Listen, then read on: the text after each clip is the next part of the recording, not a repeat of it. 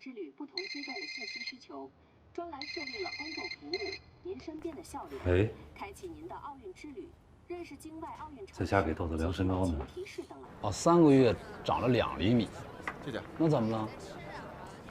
那我妈还说我刚生下来不到2个月长了5厘米呢，这不挺正常的吗？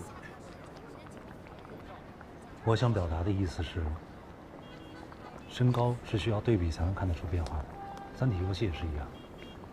从我第一次进入到游戏当中，周文王就利用占卜的形式在推演恒纪元可能到来的时间。之后的每一次文明，都有很多人在研究太阳运转的规律。或许找到这个规律，就可以推进游戏的进程了。必须要找到这个规律。你加油，没事，有我陪着你呢。玩这个游戏需要有大量的专业知识，最好是有研究这方面领域的科学家加入，一起玩就好。大哥，又要是科学家，还得有时间玩游戏，哪儿找去这样的？你当每个人都跟你一样啊，都能看见倒计时？好了没有？啊，马上啊！还真有一个被选中的人。谁呀？怎么样？别吃了，走吧。哎，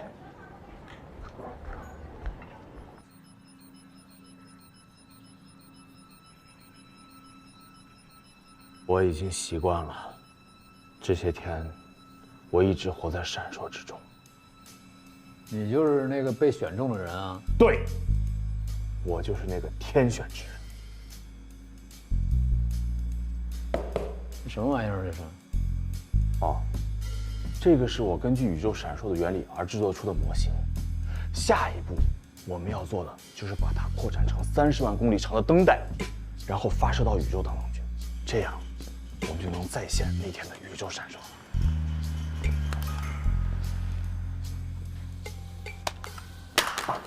你谁啊？让你动了吗？我史强。史强谁啊？警察。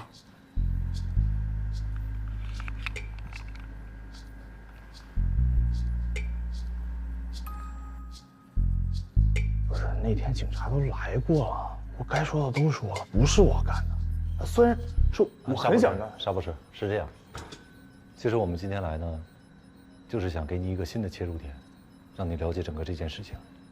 什么切入点？是一款游戏。游戏我熟啊，哎，你看，职业。这游戏什么样？你们玩了吗？我玩了几天，没什么头绪。这你放心，有我在，很快就通关了。这款游戏有些特殊，玩它的时候需要用微装具。对，微装我们提供。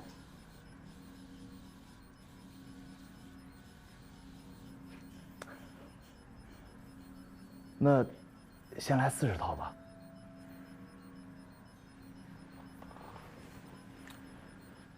多少套？40套啊！你疯了你！那我下副本我得带够人呐。多少钱一套你知道吗？审批程序多复杂你知道吗？你40套财务能批吗？你张口就来。那要不先来8套？最多5套。也行，先刷个普通本，开个荒。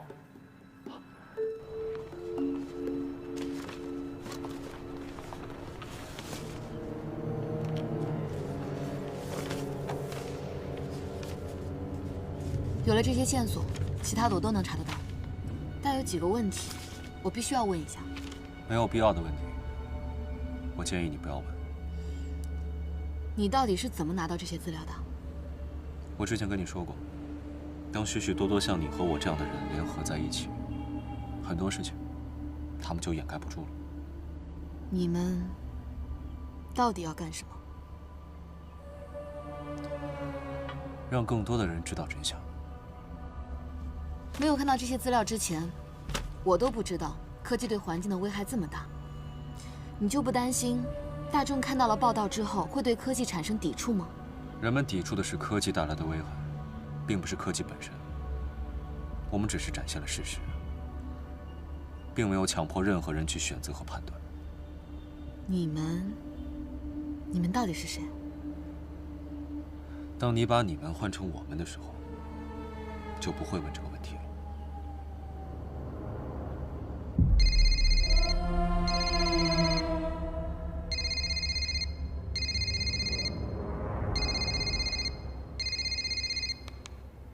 喂，汪淼，我医院有个急诊，你一会儿去接一下豆豆。哦，好，我知道了。不行，现在玩不了了。李瑶医院有个急诊，我得赶紧去接趟孩子。你别动，游戏重要，我去接。不是，我还得带孩子去吃饭呢。我带他去吃不就行了吗？行吧，你开我车去。好。哎，在我女儿面前，你可千万别抽烟啊！啊？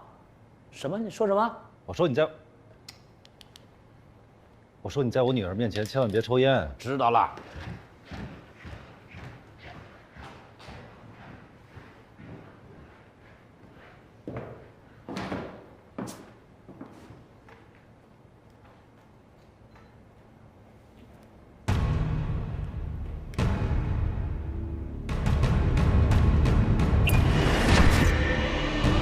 海人，欢迎你回到三体。土壤颜色又变了，新气候条件下的成分改变。这是过去了多少年？金字塔和干仓也变化好大。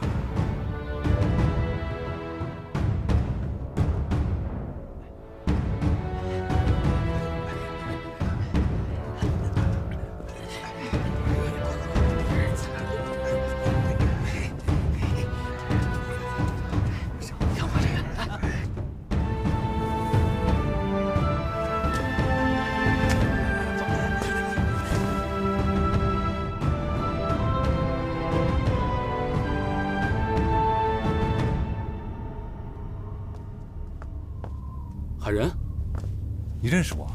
我是秦古力。上次来这里的时候，金字塔还是埃及式的，现在却变成阿兹特克式。那是因为这是一次完全不同的新文明。你是要去塔顶吗？是，我是要去。去看看。对于这个世界的秘密有太多的猜想，塔顶的仪器或许会帮助到你。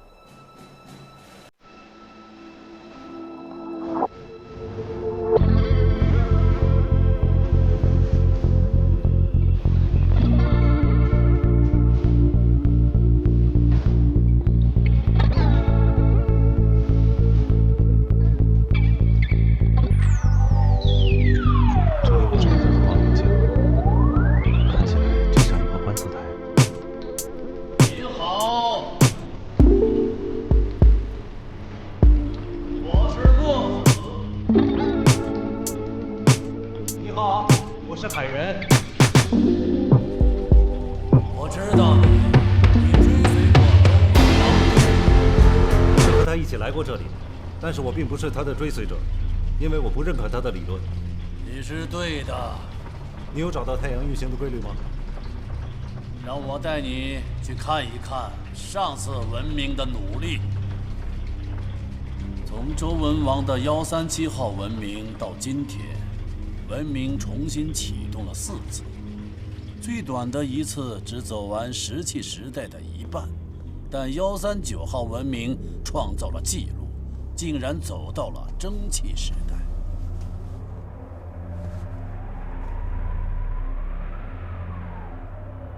那个是什么？那是孔子。孔子。果然，在这个里面，时空还有人民都是错乱的，不过就是个代表而已。他认为一切合乎理，宇宙万物都不例外，于是他就制造出一道宇宙的礼法系统，结果可想而知。是的，他计算出太阳该巡礼之时，就预测了一次长达5年的恒纪元。你还真别说，他这次居然持续了1个月之久。结果突然有一天，太阳就再没有出来过。不，太阳升起来了，升到了正空，但突然熄灭了。什么？熄灭？是的，开始是慢慢暗下去，小下去，然后突然熄灭了。夜幕降临，那个冷啊！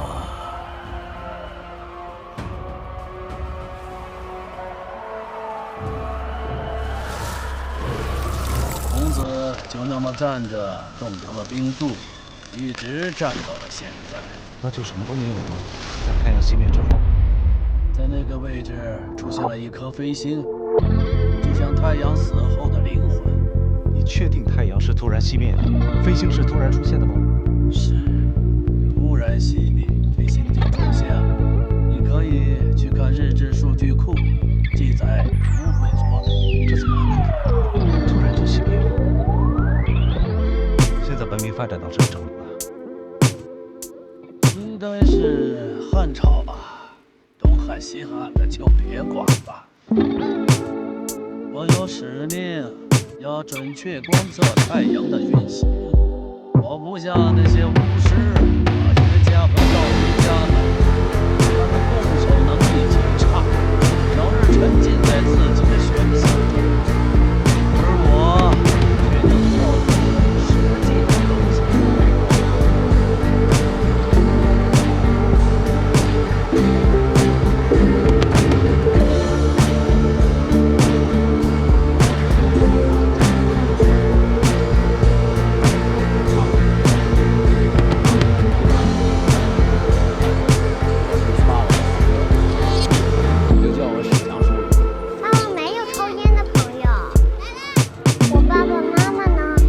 加班，爸爸很忙，跟我走吧啊！我带你吃好吃的。就平时你妈不让你吃的，我带你去。OK。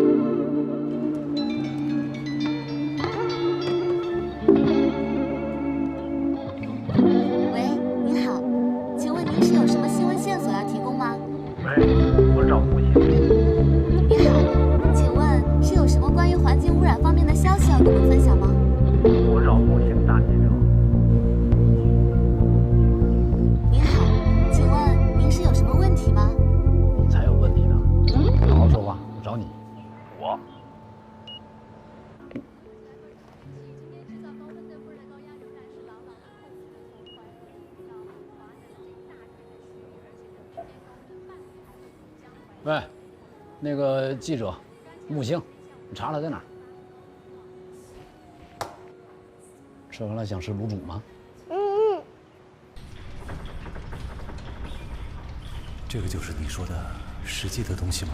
是的，我也有理论，但不是玄学，都是经过大量的观测总结出来的。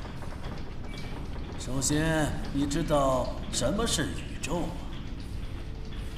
是什么？宇宙是漂浮于火海中的一个大空心球，球的表面有很多的小洞和大洞，火海的光芒从这洞中透进来，小的是星星，大的是太阳。我们看到的斗转星移、日升日落，都是这个大球在转动。如果说所有的球洞全都是在同一个球面上的话，那你又怎么解释恒星和群星之间的相对运动？很对，所以呢，我推出了经过修正的模型。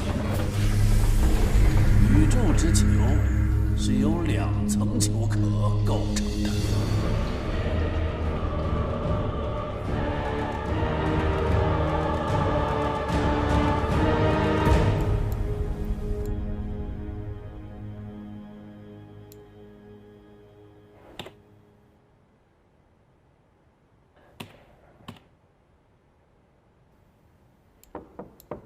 进来。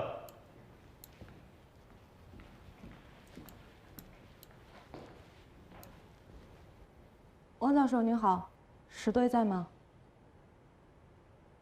你以一当十是吧？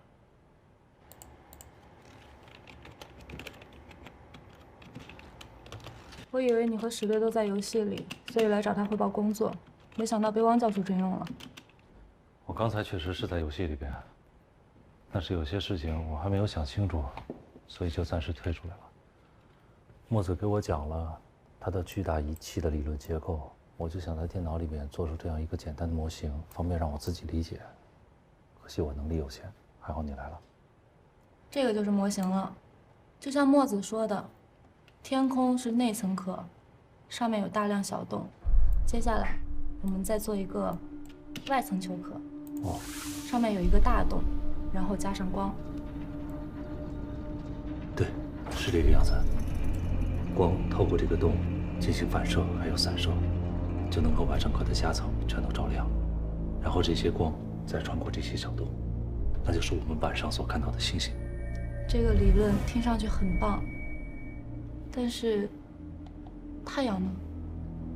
在游戏里边我也问墨子了，墨子说，太阳就是外层壳上的大洞投射到内层壳的巨大光斑，这个巨大光斑非常的亮，所以它就像穿透鸡蛋壳一样，可以穿透整个内层，也就形成了我们所看到的太阳。在它周围有很强的反射光，可以让整个内层都变亮，这就是我们看到白天的情况。这个假设非常大胆，不过似乎应该有一种力量驱动这2层球壳不规则转动，才符合三体世界的情况。墨子说了，这是宇宙之外一个火海。这不合理吧？在这个双壳模型中，太阳既然是外部壳投射的巨大光斑，那它的大小和亮度应该是恒定的。我问这个问题的时候，墨子鄙视了我。啊？他说我把这个模型想得太简单了。随着外界火海力量不断变化，外层壳大小也会受作或者膨胀，这就是我们为什么看到太阳有大小和光度的区别。这样解释挺汪教授，您还有什么疑问？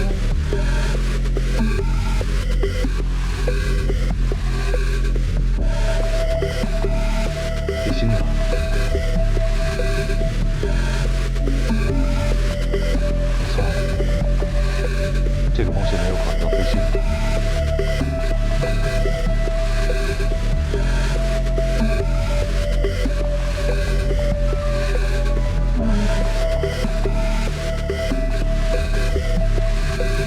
喂，不要说废话。是难不到我，我已经发现这个游戏里面最大的是太阳。我这局长就说不清楚，局官，能麻烦你来帮忙？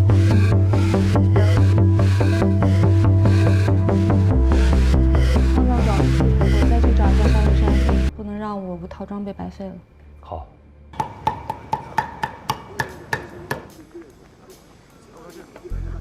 怎么样，卤煮好吃吗？好吃。史队呢？帮我带孩子呢。还想干嘛？跟叔叔说，让叔叔带你去滑冰去。妈妈说滑冰危险，我这个年龄还不能玩。汪教授，您心真大。啊？滑冰有什么危险的呀？你这个年龄，你多大了？再说有叔叔在就不危险。叔叔你可太酷了。酷吗？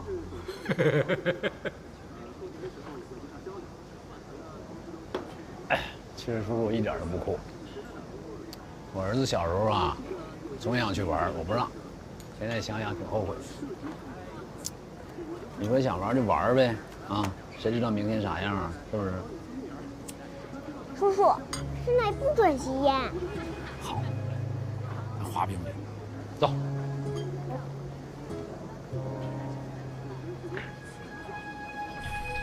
你怎么总是提飞仙？它们都是一些不重要的东西，是宇宙球内乱飞的灰尘。不，飞星很重要。那你这个模型又如何解释孔子时期太阳突然的熄灭呢？那是个罕见的例外，可能是宇宙外火海中的一个暗斑或黑云，正好飘过外球壳上的大洞。我的宇宙模型论证了这一点。所以现在这个模型就是你认为造出来的宇宙机器吗？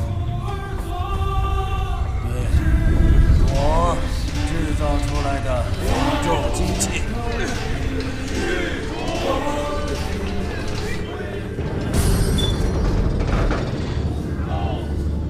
这光源可是用从几十万只萤火虫中提炼出来的荧光材料制成的，发出的是冷光，让记录员可以在里边长期待下去。球里居然还有人！当然，记录员很重要。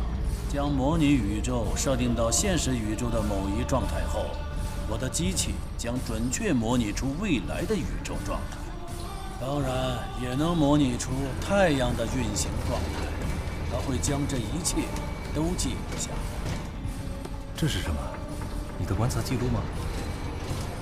这些记录是一本准确的万年历，是过去上百个文明梦寐以求的东西呀。海人啊，你来得正好。模拟宇宙刚刚显示，一个长达4年的恒纪元即将开始。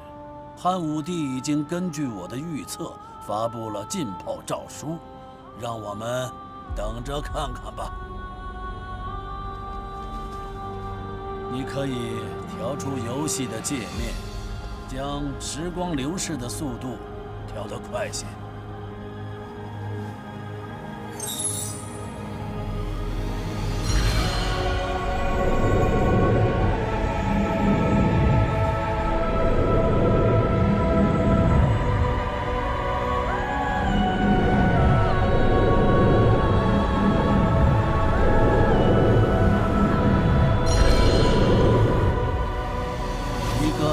纪元开始了，合适的温度，文明的春天。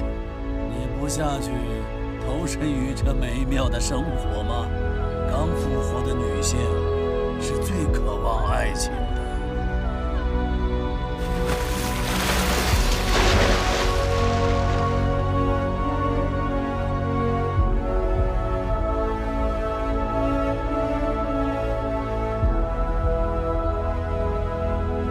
在这儿待下去没有意义了，游戏已经终结，我是最后的胜者。你做的这一台模拟宇宙的机器确实是精妙绝伦，可是它的预测，我能用一下那台望远镜观测天象吗？当然可以，你请。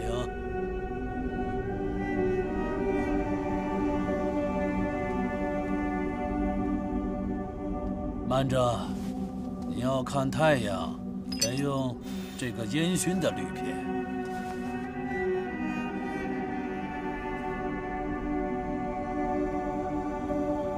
你看，太阳是一个实体，它中间有一个小小的核心，这个核心才是太阳，周围都是它所散发出来的光芒。这也许只是视觉的误差吧。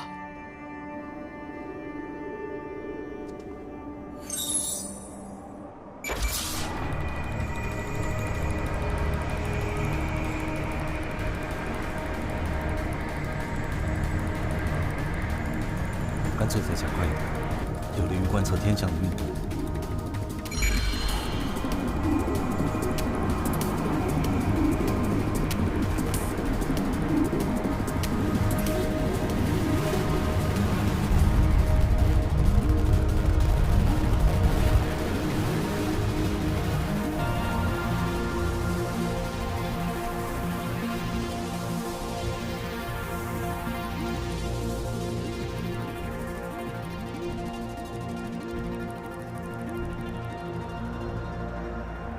看起来，太阳可能不会再出来了，和137号文明的结局一样。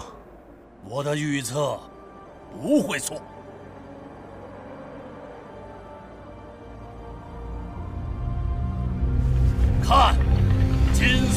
地。这不是地平线，这是太阳。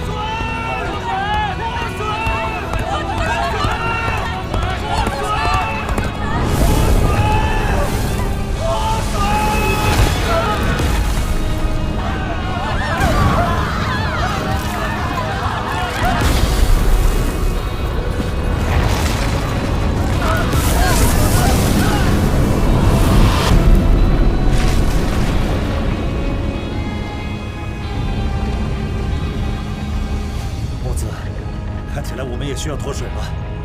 不会，不需要。恒纪元将继续，宇宙是台机器，我造出了这台机器。木子。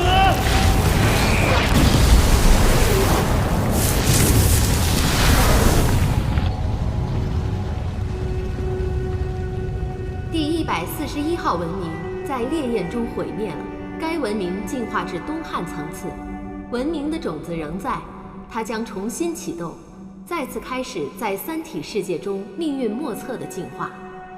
欢迎您再次登陆。飞翔，飞翔。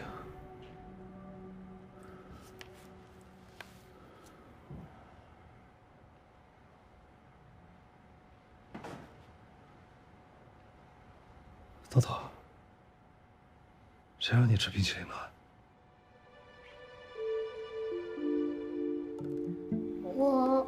我就吃了一个。世强啊，你带我女儿吃冰激凌是吧？没抽烟。晚上你们吃什么？牛排。卤煮牛排是吧？我没抽烟。叔叔还带我滑旱冰了。反正没抽烟。 行，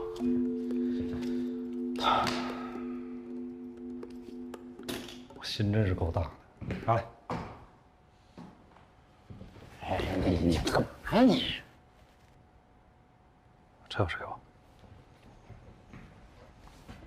进游戏有什么新发现吗？晚点再说，先送孩子回家。你总得有点什么收获吧？有，你容我想想。豆豆，走了。 那个飞星是什么呀？刚才手都给冰这么凉了啊！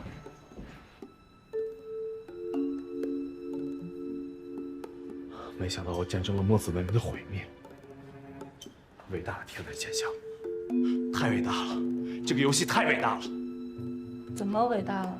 我现在没有办法给你解释，我推荐你看一些这方面的书籍和论文，比如说《91个太阳》、恒星的结构和演化。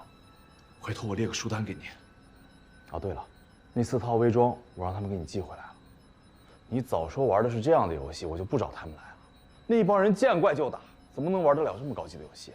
幸亏我没有早点进游戏，如果早进去，没准被你的队友打死了。来吧，说正事儿啊。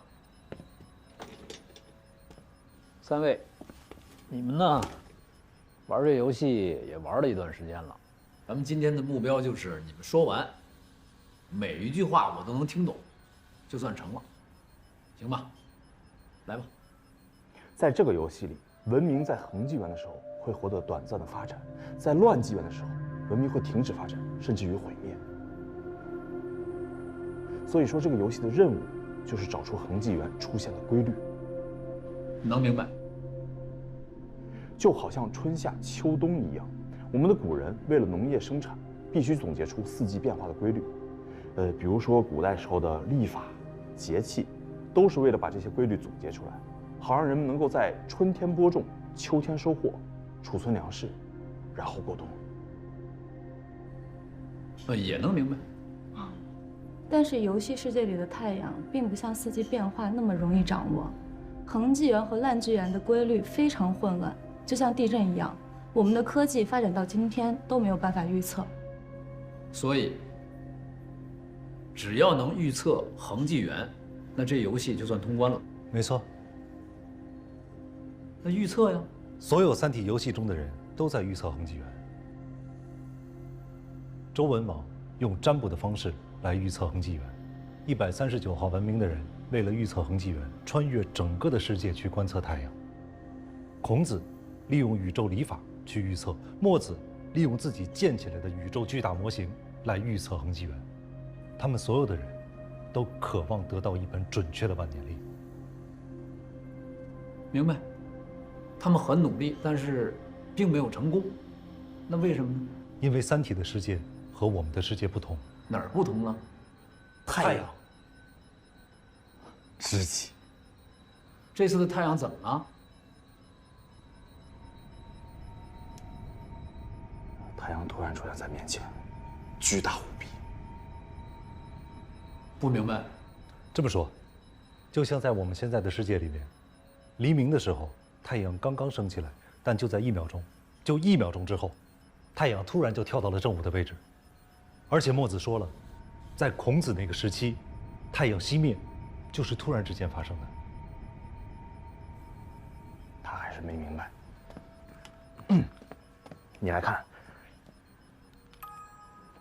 假如说这个是孔子时代的太阳，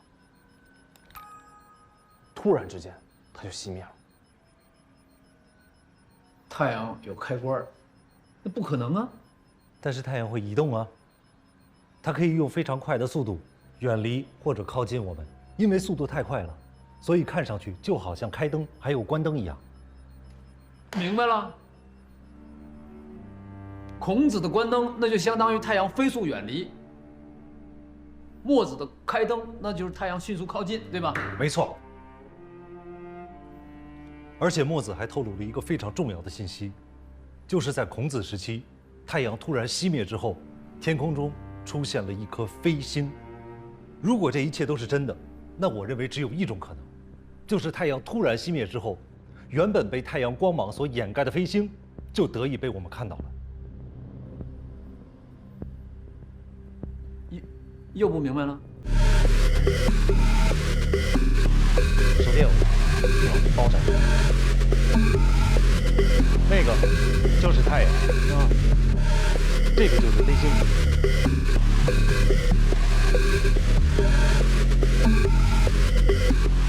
看不到，是因为太阳的光太强了，所以掩盖了飞星的光芒。但是当太阳熄灭之后，飞星才亮。这两者之间一定有什么联系，只不过我现在还没有想明白，还需要进一步观察。太阳的速度会那么快吗？不可能，在3体的世界，可能。明白了。哎，你别说，你把这个关了还有点不适应，你打开。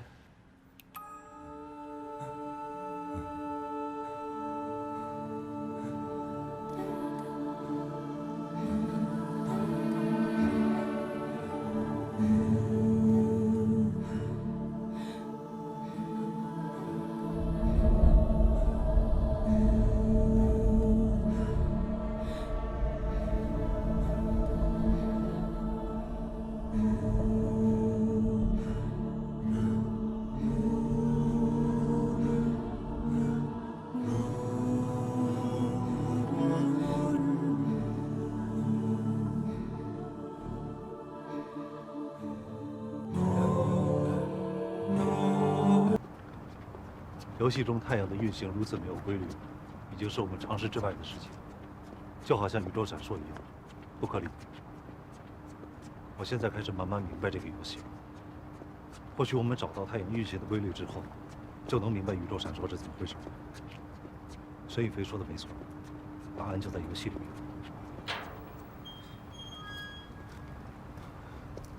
那行，你们路上慢点开，保安。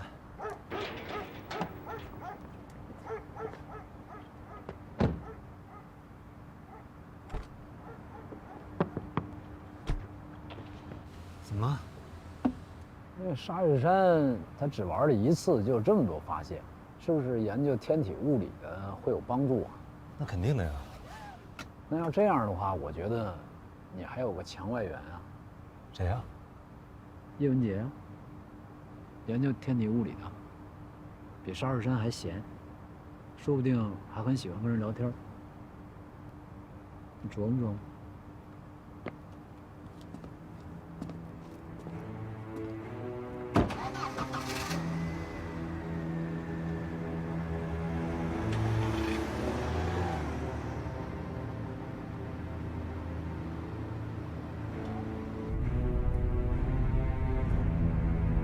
你为什么要引导汪淼去见叶文洁啊？我觉得杨东死这件事儿，他表现得太平静了。我让你找那记者怎么样？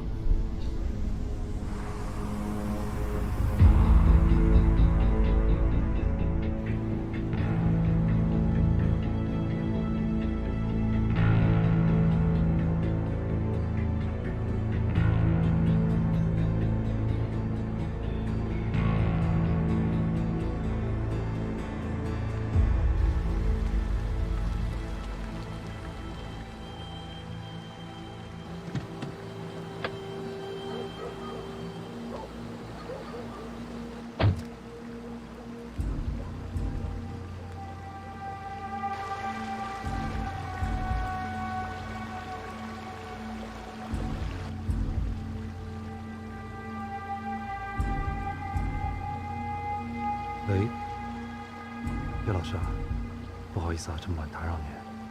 我想看您什么时候有时间，有些问题我想请教您。好的，那到时候我等您。叶老师再见。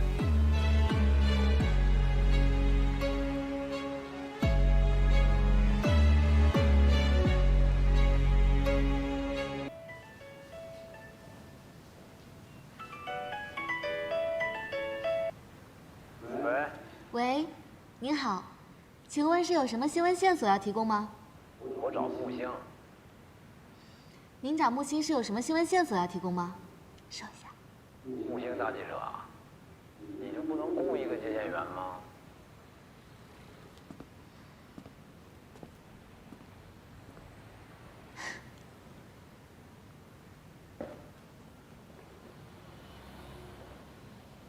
你这又报道什么呢？很明显啊，超量排放。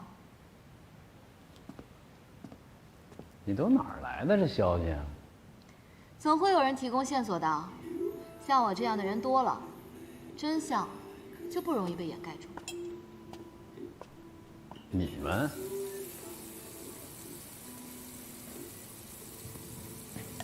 那你们的目的是什么呀？为了让更多的人知道真相啊。知道真相没错啊，但你们报道的落点有问题。药厂排污超标，你不去谴责监督部门，也不去督促相关人员治理，而是一个劲儿的要告诫大家要警惕科技发展，让人们与科技为敌，这什么意思啊？人们应该抵触的是科技带来的危害，而不是科技本身。再说我只是客观地展示了事实，并没有干预他们的选择呀。怎么没干预啊？我觉得很明显的就是干预了。你们到底谁呀？当你把你们换成我们的时候，你就不会问这个问题了。那我们是谁呀？我们就是生活在这个星球上的人啊，一边享受着科技带来的便利，一边在承受着它的危害。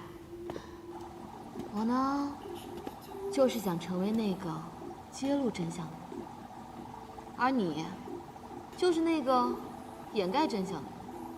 我要是想掩盖真相啊，早把你抓起来了。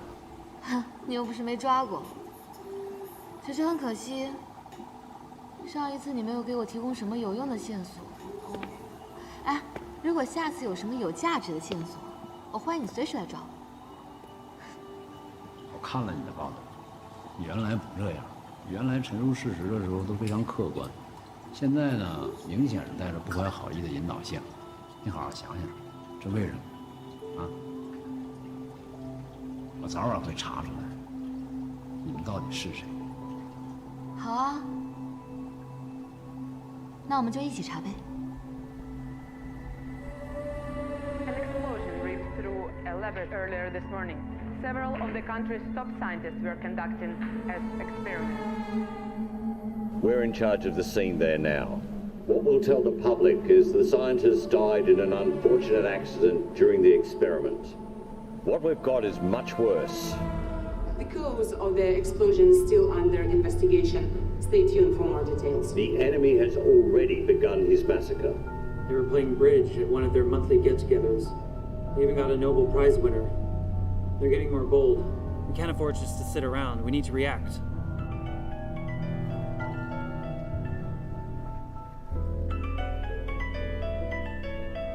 那对重点人群的保护依旧是无效的吗？ General Chang, you can't predict the enemy.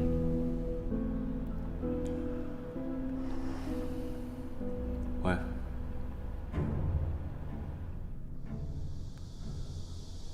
太过分了你！4个科学家，其中还有个是诺奖得主，他们都是有可能给三体研究带来突破性进展的人。 我干涉过你们任何行为，所以你们也别干涉我。我认为不管是你还是我，我们都应该遵循主的意志。我们这些表面上走到一起的人，实际上就是2个极端的敌人。是的，你们一直借着主的力量来反对人类。你这么理解也对。我们需要主降临世界，惩罚那些早就应该受到惩罚的罪恶。 但你却在阻止这种降临，所以我们势不两立。主不应为你们所用。你也不是在服务主。你们要是不停止，我们会让你们停止。你认为统帅会允许你们这么做吗？统帅造成这一切，不就是统帅？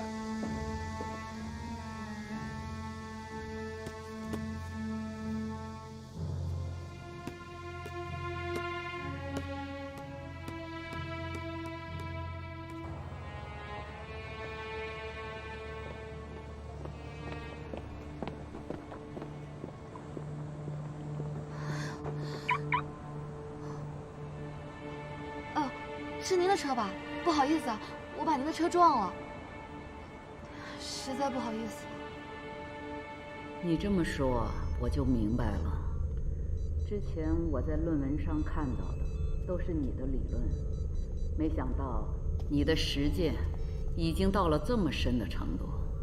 还是有很多问题没有解决。量产嘛，总会解决的。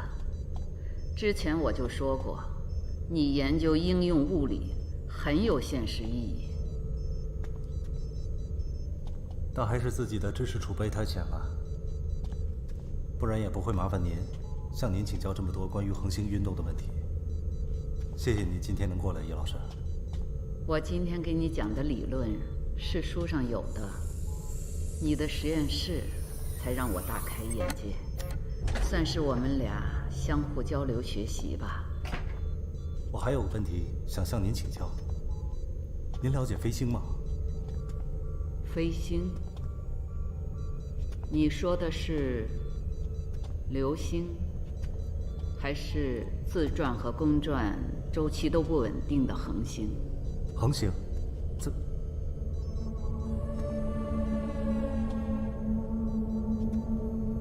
自转和公转周期都不稳定。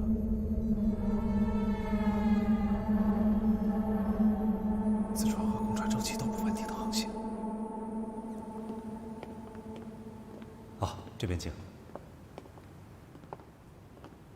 我突然想到我一个朋友，每次他听到飞星，都会说飞星就是到处乱飞的星星。这么理解也可以。印象中10几年前，国外的一些书籍和论文上也有提到过，所以我们也了解了一下，做过研究，不过没有什么结果。如果你想深入了解的话，我可以给你推荐2本书。好啊，啊，这里就是我的办公室。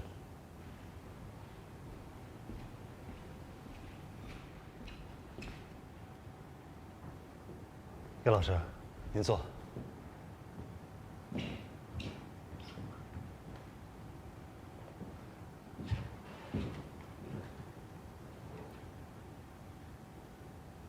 那麻烦您一下，帮我把那2本书的名字就写在这里就好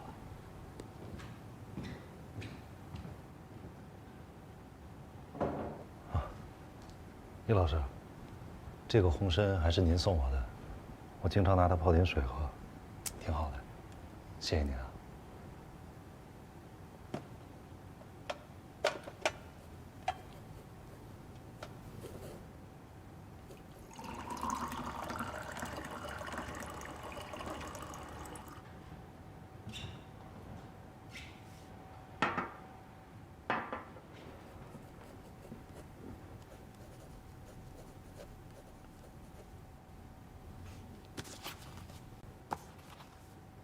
看你的脸色好多了，不过这个红参的质量还是不够好。以前在我们单位周围可以采到很好的野山参。这2本书的观点，你都可以参考参考。恒星的结构与演化，恒星运动与宇宙结构。好的。这2本书可能不太好找。出版日期都太久了，我给你写的是原书的书名，现在应该有新的版本了。这些资料现在都容易找了。你们现在好多了，我们那时候要是查阅资料，要提前申请，很麻烦的。很多人一有机会再去资料室，如果是不喝，几天几夜的。我记得我曾经看过一个关于当一代科学家，我们只想象你还是创造力。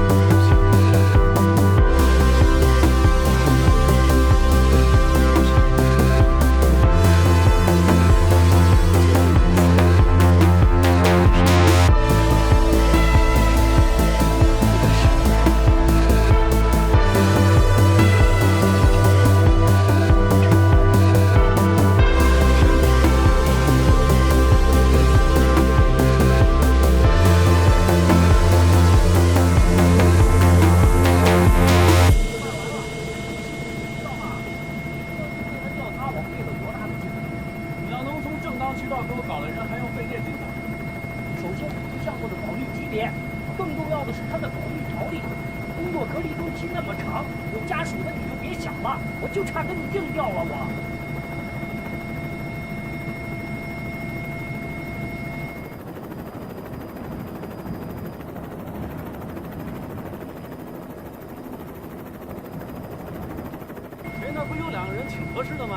人家宁可待在武器干校都不过来。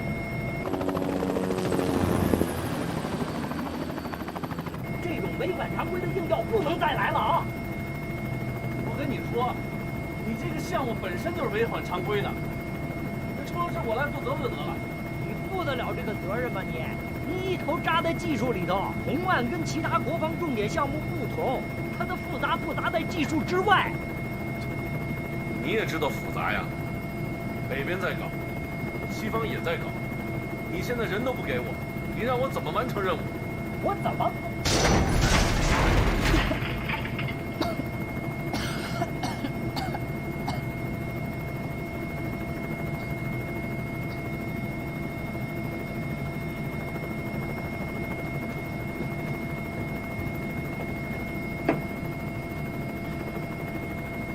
没事吧？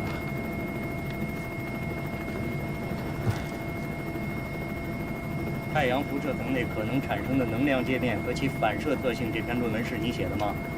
不是他写的，我让你把它弄来干嘛呀？这下去。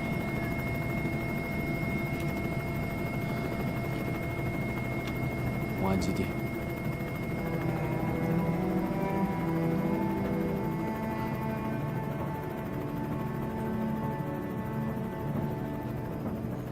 雷志成是红岸基地的政委，杨卫宁是总工程师。如果不是他们把我调走，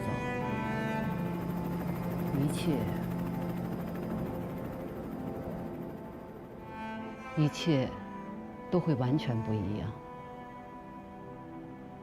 红岸到底是研究什么的？我知道您的专业是天体物理，他们是因为您的专业，所以才找到您的吗？一开始，我也是这么想的。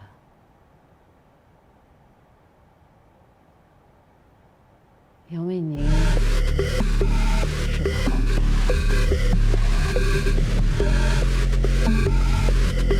来，坐吧。小林，这是杨卫宁，刚刚考上我的研究生，叫师傅吧。师傅好。哎。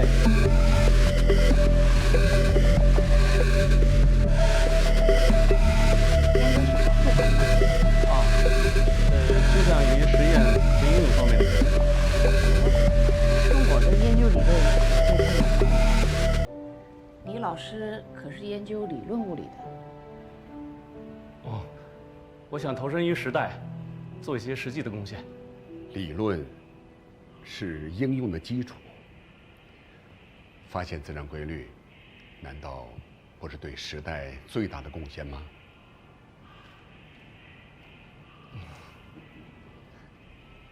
这在家里想说什么说什么。是。我觉得理论研究容易在思想上犯错误。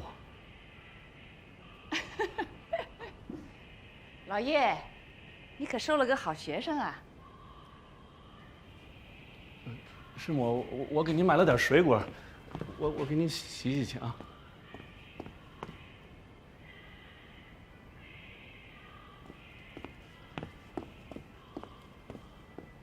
这个研究生收得不错，稳重、务实。他成绩很好，数学功底扎实，可惜对科学的态度不够真诚。我倒觉得他挺真诚的呀，他很实际，也的确是想有所贡献。从长远看，这种人以后更能创造价值。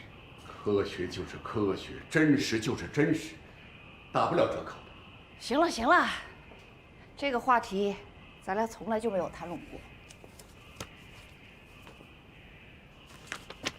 因为杨卫宁是您父亲的研究生，所以他就想办法把您调了出来。他负责红岸的工程，红岸当时缺人，我由专业对口。要不然，在那个年代，他想帮也帮不了我。可即便如此，他这么做都要承担很大的风险。他真的是个好人。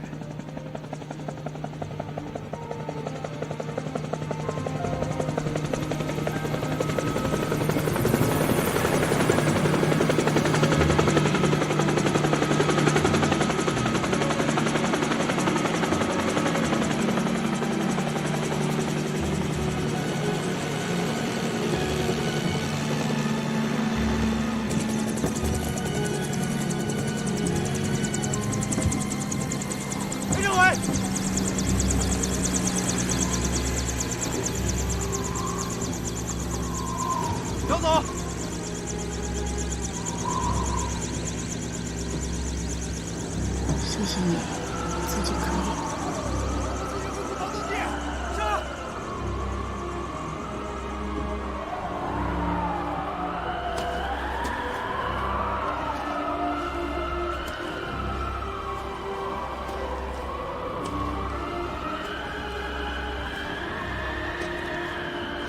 走吧，这边。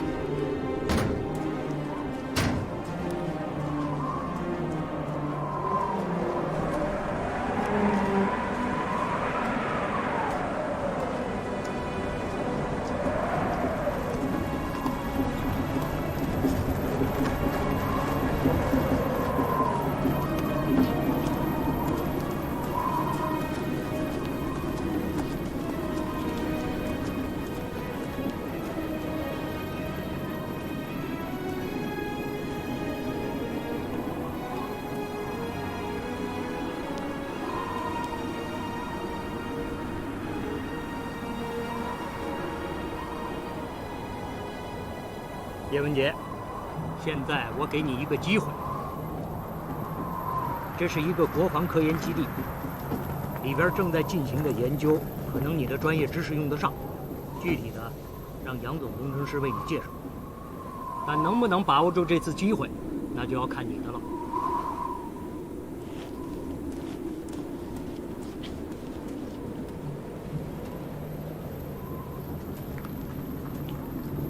我跟军管会已经了解情况了。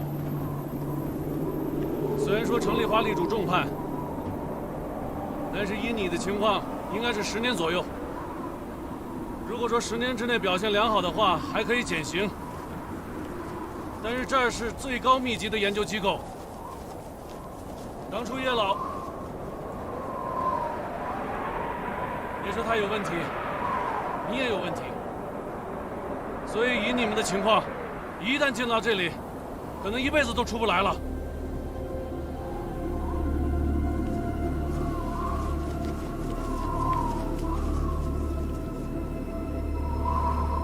我进去。你先不着急做决定，飞机3个小时之后才起飞。你再好好想想。如果说拒绝的话，我到时候送你回去。我们进去吧。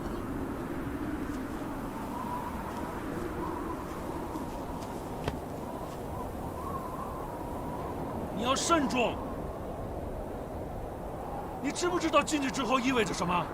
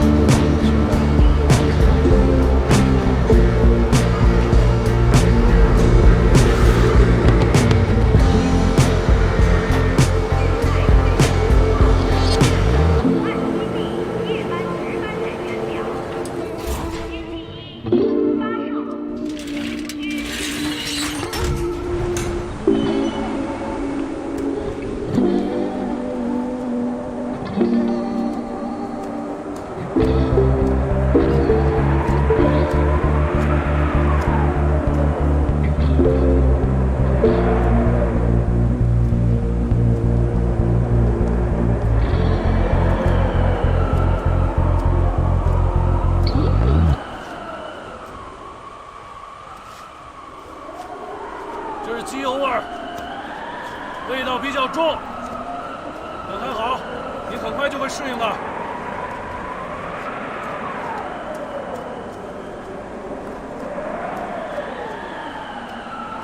要走！你的屋子还没收拾好，你先跟我进去吧。我就在这等着。你以后就是这儿的工作人员了。 除了极个别的地方，你都可以进去。我就在这等着。杨总，您看一下这组数据。不是，这儿条件不好，屋里没暖气。小张，到。等屋子里生完火之后，带他去休息。是。 拿着，拿着，带上，走。1号机进入检测，2号机进入检测，3号机进入检测，4号机进入检测，5号机进入检测，6号机进入检测，7号机进入检测，8号机进入检测。能源单元报告正常，编码单元报告正常。 中国人民解放军第2炮兵，红岸工程第147次常规发射，授权确认完毕，30秒倒数。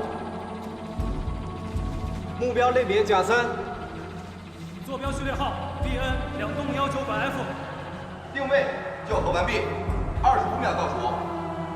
发射文档号22，附加5，续传5，文档最后校核完毕，20秒倒数。 能源单元报告正常，编码单元报告正常，公放单元报告正常，干扰检测报告在许可范围，程序不可逆。15秒倒数。倒计时15、14、13、12、11、10、9、8、7、6、5、4、3、2、